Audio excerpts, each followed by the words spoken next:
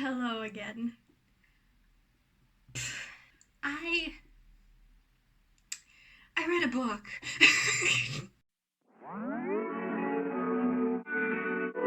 let me rephrase that. I read a book that made me cry so hard.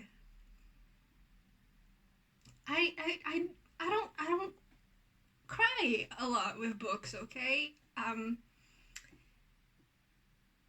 If you give me a movie with sad scenes, I will cry because there's like the sad music, there's the whole atmosphere, the visual stuff. Cry like a baby every time. But with books, because that is not there, I don't cry much. I mean, I read Song of Achilles and I was emotional, but I didn't cry at all.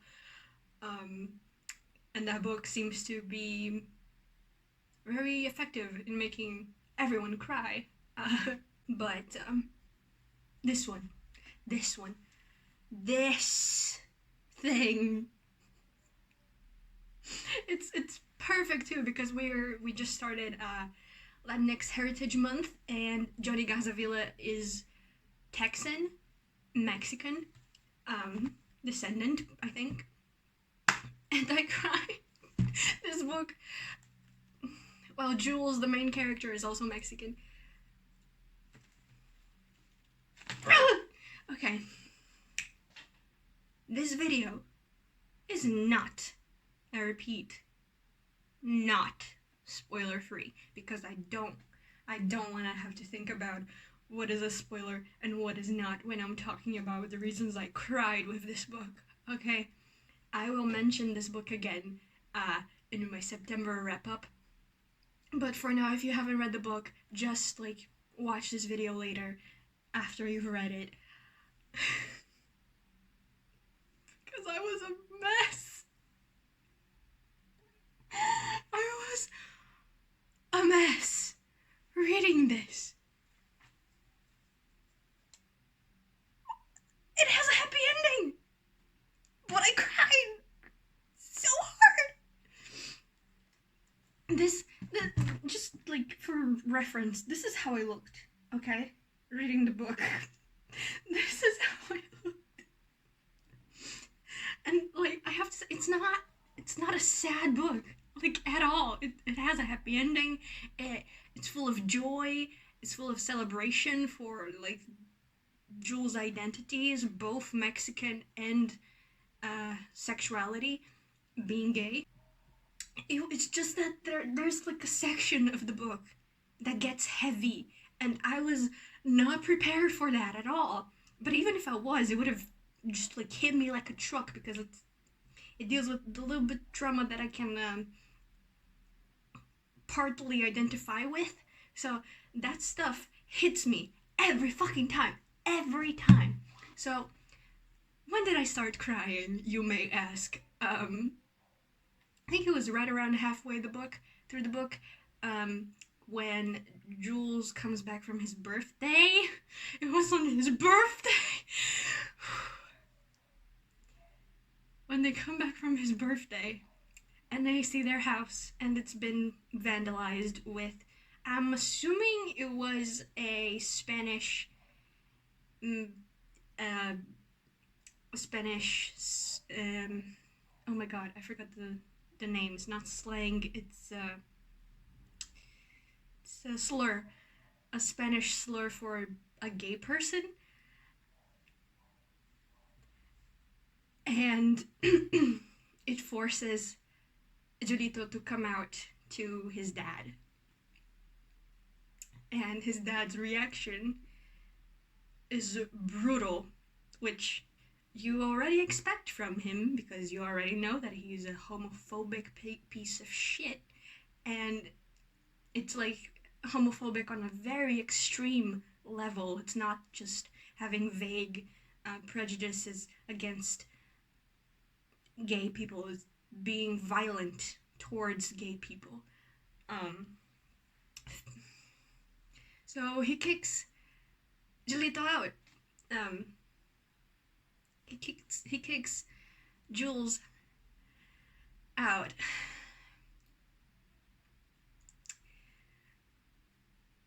I started crying right there, and it just goes downhill from there. Okay, because you have Jules distancing himself from Matt, which at that point was already his boyfriend. You have him having to live with Zoe, his sister, who was fucking amazing through the entire book. I loved her so much. So you have him like at her place, but feeling so destroyed because you also find out that his dad, was physically abusive. I'm gonna cry again. And then you have his friends. I also cry with like happy stuff, so his friends all being very supportive of being very nice, that made me cry as well. Also his Guelo. Jules Guelo. It was so amazing. Also, he was talking about his grandma having already figured out, and it would just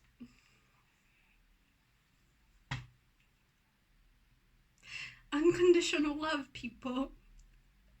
That's what it looks like. Unconditional. I fuck. And yeah, and then there was the part where Jules' um, father came to see him again when he was already, after like he had kicked him out, and he was basically forcing Jules to choose between Matt and the school that he wanted in Texas. Piece of shit, I tell you, piece of shit. It was just painful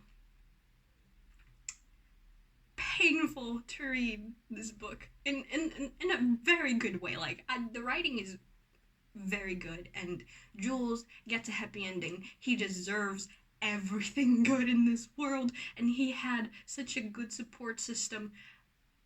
I'm a very emotional person,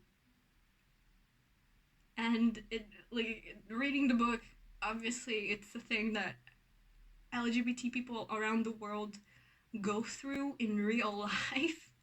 So I was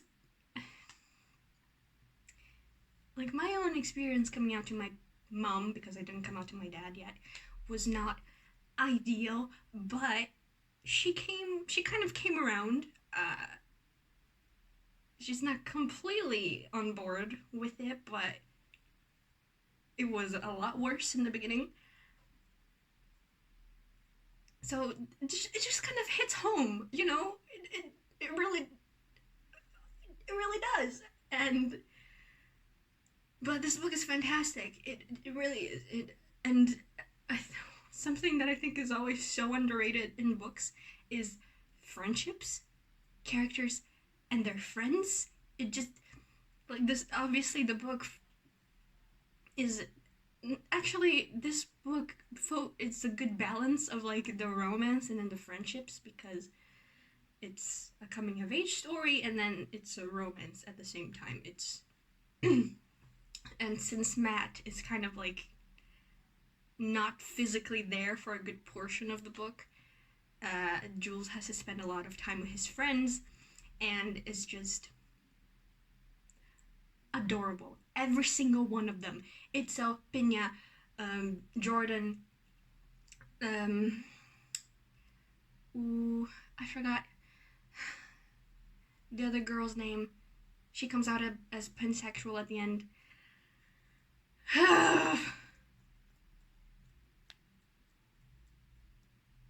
It's so low. Roly, all of them, precious. I love them all so much. And already I read this on Kindle, but I want the paperback version. I want the paperback copy so bad. So if you're looking for a book to read for Spanish Heritage Month, Latinx Heritage Month, I highly recommend 50 Miles from the Sun.